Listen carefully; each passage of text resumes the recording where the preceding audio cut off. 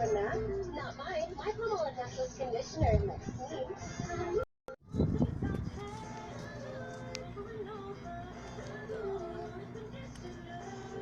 Palmolive Naturals conditioner. Its intensive formula with micro moisturizers penetrates deep into hair for softness that lasts.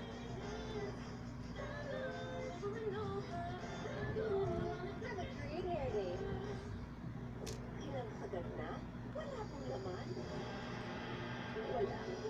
Dito ka na sa laman agad. Chowking chunky asado siopaw. Chunky at asado. Laman agad, sarap agad.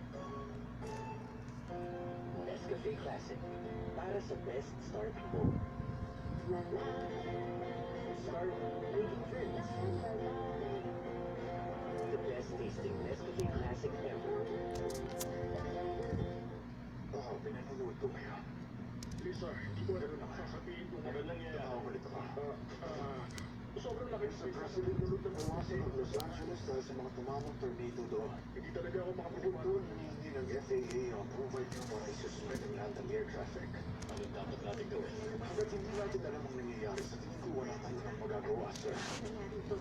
Inaalam pa namin kung bakit tumama dito sa LA ang nasabing tornado. Nakakausap ko na kay Mama ko, Sam. Excuse me guys, pasensya na pero kailangan nating ilipat ng channel. Huwag mo ilipat ko! Ang lahat ng air traffic sa United States. Kaya lang, huli lang lumabas ang utos para sa dalawang aeroplano bumagsak dahil sa lakas ng turbulence sa Midwest. Yung unang flight ay papunta sa Chicago O'Hare. Yan na yung one in a billion. Grabe na naman yun. Wala pa. Okay, makinig kayong lahat sa akin. Makinig kayo please, marami tayong dapat gawin ngayon. At wala na tayong oras kaya simulan na natin, please. Proceed. Lahat ng grid models natin, wala na silbi. Baka wala may tutulong ang mga grid models dito. Sa report ng Canadians, may malaking circulation na kumikilos sa Arctic. Sa Siberia, may low pressure system na ngayon lamang nangyayari. Tapos sa Australia, may napakalaking bagyo na ngayon pa lamang na-record. Sandali, sinasabi mo bang may koneksyon ng lahat ng nangyayari? Isipin din natin mga breaking. Ang may lakas para maka-apekto sa global weather ay ang araw. Ano sabi ng NASA dito? Na-check na namin. Normal ang solar output. Eh yung North Atlantic Current. Ano meron doon?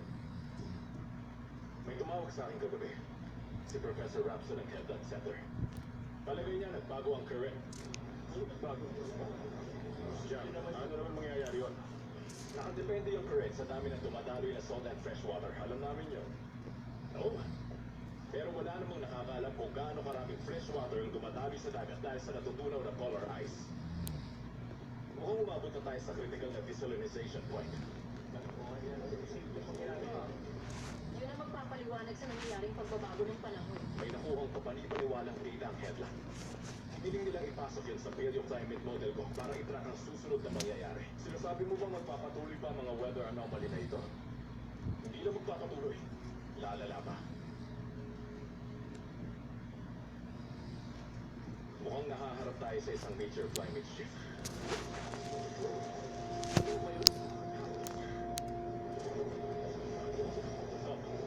Anong sasabihin mo sa administration? Ano sa palagay mo? Kailangan gumawa agad ng mahabang preparasyon ng gobyerno.